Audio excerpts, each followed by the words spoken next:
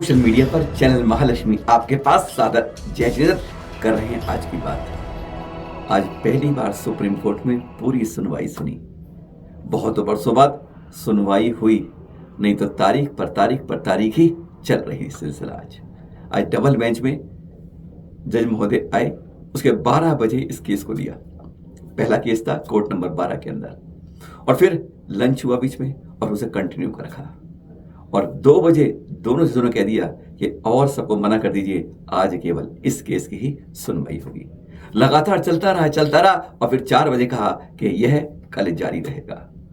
आज 2-3 बातें जजों ने जो बहुत सोचने वाली थी सामने आई, जो चैनल महालक्ष्मी आपको बता रहा है। आप देख रहे हैं उसका दृश्य कुछ। पहली बात, जजों ने जानने के लिए पूछा कि पारसनाथ और पार्श्वनाथ क्या एक है? कहते कई जगह लोग पार्श्वनाथ उल्लेख कर रहे हैं और कहीं पारसनाथ, समझ नहीं आ रहा। तुमने कहा, तब मालूम चला कि हाँ, दोनों एक ही हैं। बीच में नाहटा जी ने आज अपने पेटिशनर के रूप में शुरुआत की 97 पेज का सिनॉप्सिस लेकर आए। उस सिनॉप्सिस जब पढ़ना शुरू किया, कुछ देर चले, 2-3 पेज हो गए। उसके बाद दोनों जजों ने कह दिया, अगर हमें पूरा पढ़ के बता दोगे तो इस तरह सुनवाई के अंदर 2-3 हफ्ते लग जाएंगे। क्या हमारे पास इतना अदालत में समय है? क्या इतनी पेशेंस है जो हम आज आपको इतना सुन पा रहे हैं और आप शुरुआत से फिर बात करते आ रहे हैं? नाहटा जी ने कई तर्क दिए। उन्होंने अपने तर्कों के अंदर एक बहुत बड़ी बात करी। जो सवाल था कि यह यहां पर श्वेतांबरों का ही अधिकार रहना चाहिए, इस सवाल पर कई बार दोनों जज बेंच ने कुछ बातें कह दी।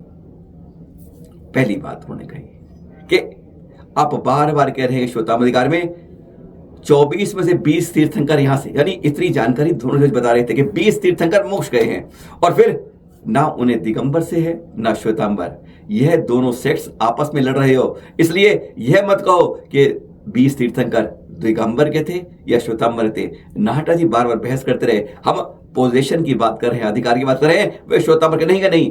तीर्थंकरों की भूमि पर किसी का, ये एक संकेत जा रहा है बहुत बड़ा, जो अदालत कहना चाहती है। अदालत ने एक बार कह दी कि क्या इस केस को लार्जर बेंच पर जाना चाहिए। इस समय कई वकीलों से राय की बात उन्होंने कहा कि संकेत यह मिलता है कि यह केस शायद लार्जर बेंच में जाएगा। यह बात लंच से पहले दोनों जज साहब ने कही थी। जाते जाते जजों ने एक बात, महोदय ने दोनों सब बात कही। उन्होंने वॉल्यूम 2 का पार्ट 2 कहा कि यह जजमेंट फाइनल है ना, there is no further amendment. तो साथ वाले जो उनके वकील थे, साहब, उन्होंने कह दिया 100% है। जज महोदय शायद इसमें बिल्कुल कुछ जानते थे, बार बार आपस में बातें कर रहे थे। उन्होंने कहा, क्या आप एश्योर करते हो कि यह आपका फाइनल डॉक्यूमेंट है, there was no other amendments? तब साथ वाले सकल कहा 95% एश्योर है। उन्होंने कहा 100% एश्योर हुई है। कल सुबह जब आएंगे तो अपने 100% एश्योरेंस के साथ, यानी जो डॉक्यूमेंट आपने किया है वह लगता है जजों ने उसको बात को पहचान लिया है कि वह उसके बाद अमेंडमेंट्स हुई हैं। एक बहुत बड़ी टिप्पणी जो जजों की दिखी जाती, हर पॉइंट पर वह जबरदस्त रूप से ध्यान देकर नोटिंग करते रहे थे। जब उनके श्वेतांबर समाज की, श्वेतांबर समिति और कल्याण जी आने रस के नाहटा जी वकील जिन्होंने शुरुआत की थी स्थानीय बेंच की, तो उन्होंने पूछा, बार बार हमें आप शुरू से 1 नंबर से फिर क्यों बताते हो?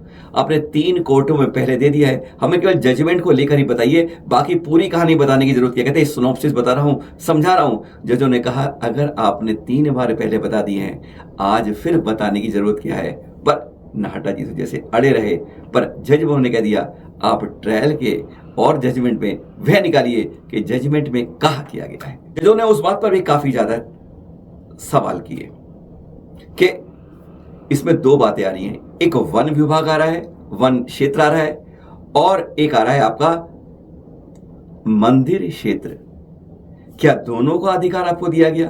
क्योंकि नवागढ़ के राजा ने जब कहा गया तो उसमें स्पष्ट था कि नवागढ़ के राजा ने आपको कहा, अपने क्षेत्र का मैं अधिकार देता हूं।